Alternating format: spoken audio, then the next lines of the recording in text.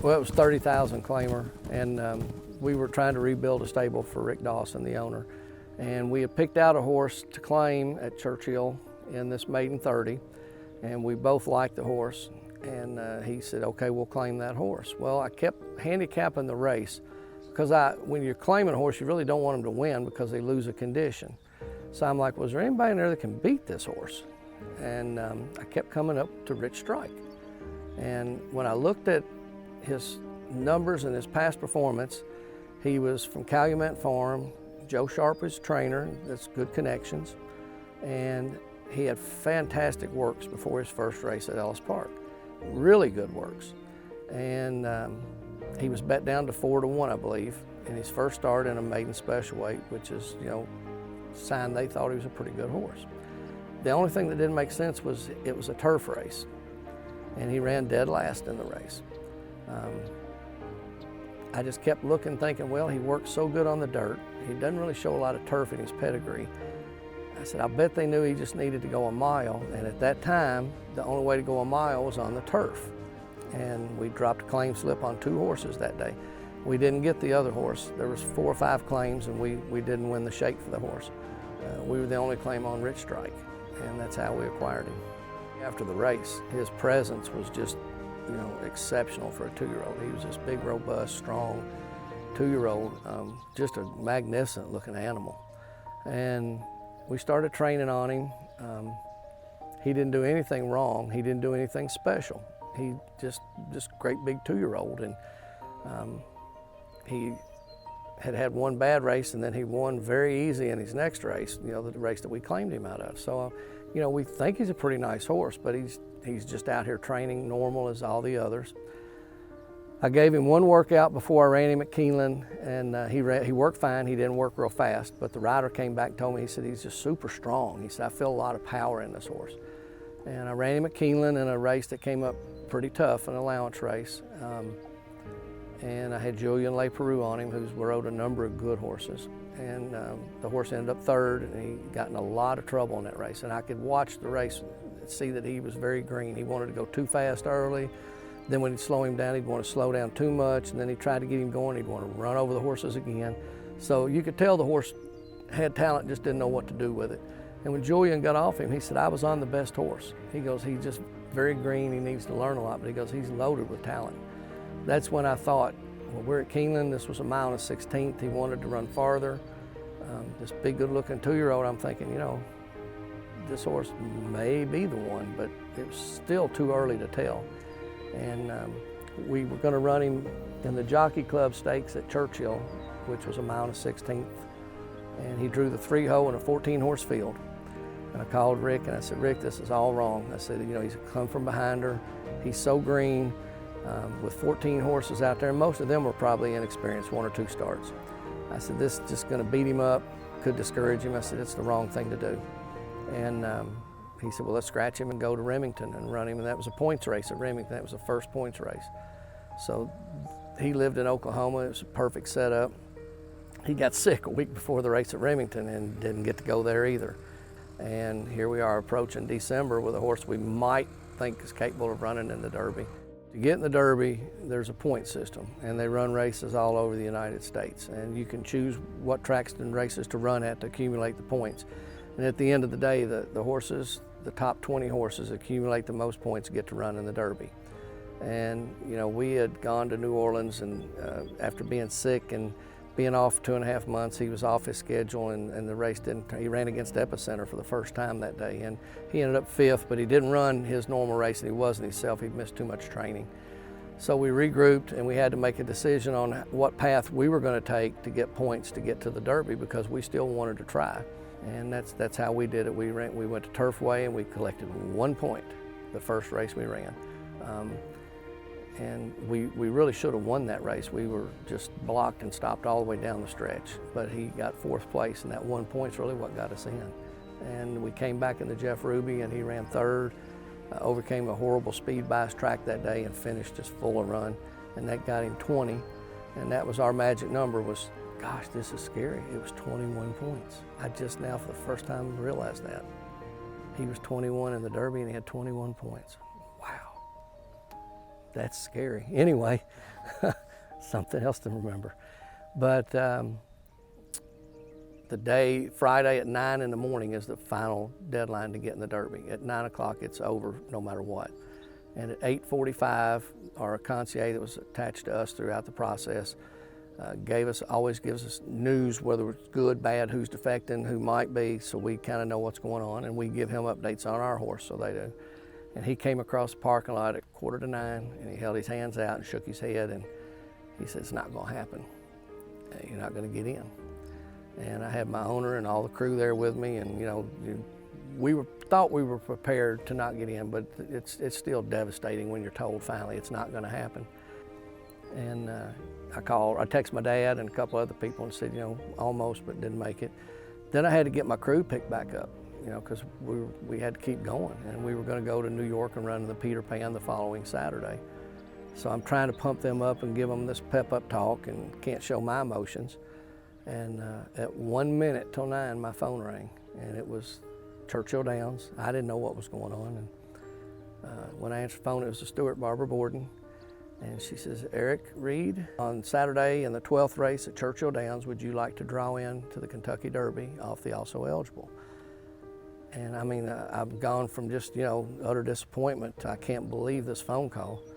And I could not breathe to say yes. I couldn't get the air. I've never been that way. And I finally gasped and screamed out, yes.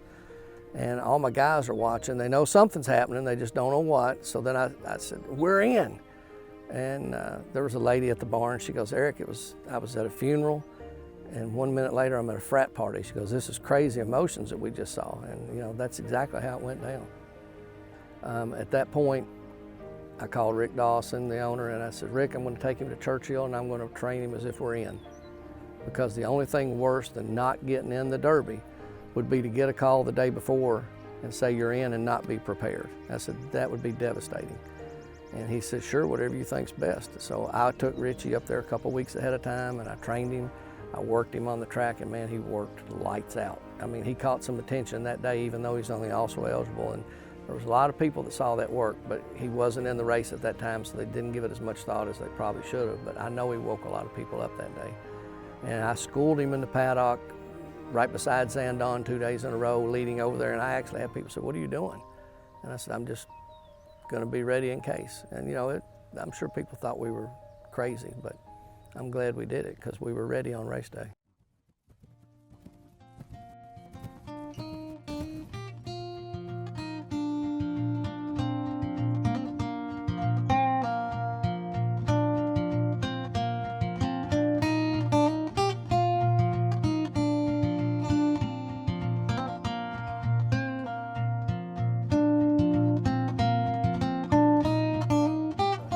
Well, we watched the race from the paddock. I decided that the big screen TV in the paddock, there's not any fans allowed in there, and it was big open space. And there was quite a few of us together in the group.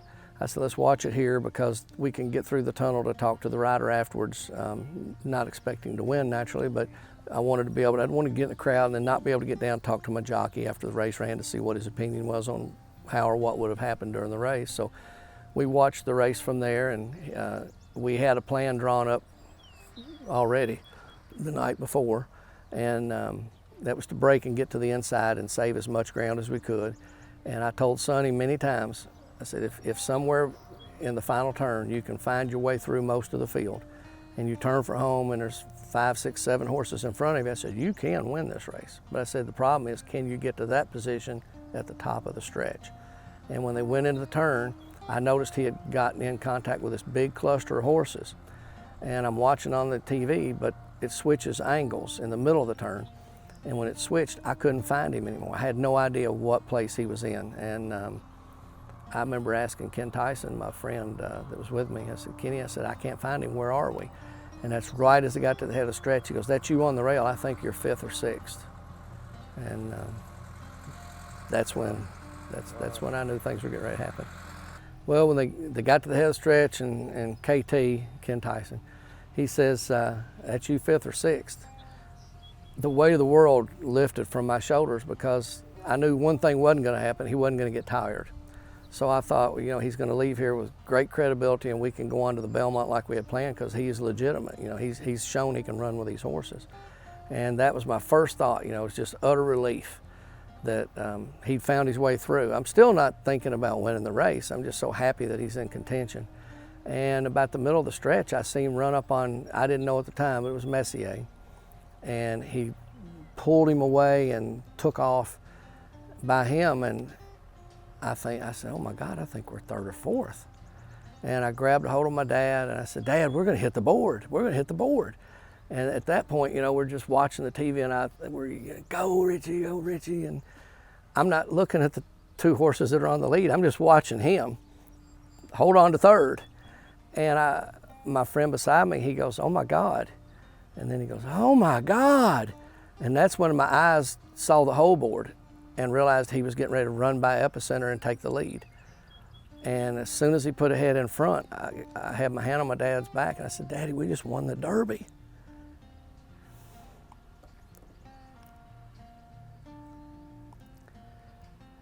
And I kind of passed out. I never saw him hit the finish line. We weren't breathing, we were yelling. And I kind of halfway collapsed. I didn't go unconscious, but I did fall on my knees. And I looked over and everybody was going to jump on me in celebration. I'm like, don't! We got up and I saw my dad's face and made it all worthwhile. Greatest part of my life, probably. Yeah, you realize at first it's just complete jubilation and hysteria. And the cameras immediately were stuck in our faces as we were going through the tunnel. And then I started seeing all these friends of mine that worked at the racetrack, the valets, and they're running and, oh my God, Reed, you did it, oh my God. And you know, everybody's so happy. And then you get out on the track and I did the first interview with NBC, and that's when I realized what we'd really done, the magnitude of, this wasn't just a race, you know, I mean, this is a big deal, and the crowd is roaring. And it was so overwhelming, because you dream. You watch all the guys with the big money and the big horses do it, and you dream, you know, wouldn't that be cool? But you never think it's going to happen. I mean, I honestly never thought I'd even run in the Derby, let alone end up being a Kentucky Derby winner. So it was an emotion that I can't describe. I've tried to come up with words for it, and I can't. And having my dad with me was just as good as winning the race. So I didn't even know who had ran second or third. I didn't know who the horses were I outran until I was at the press conference and saw the paper in front of me that showed the order of finish. It was that much of a blur to me. But when I saw the aerial view and the performance that he actually put on and the speed that he used to run those horses down, because the two horses he ran down, they weren't on that hot pace. The hot pace had nothing to do with those horses. They ran their perfect style. They had made the lead at the top of the stretch, and they were in full flight.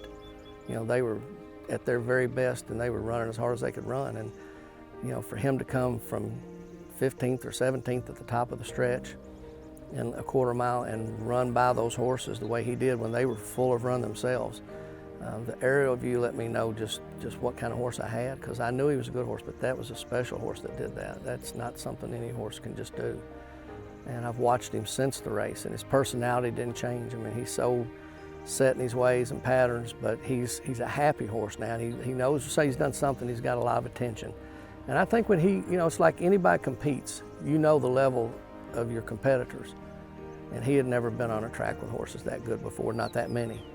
And what he did, I think it gave him some confidence, and he feels a little better about himself.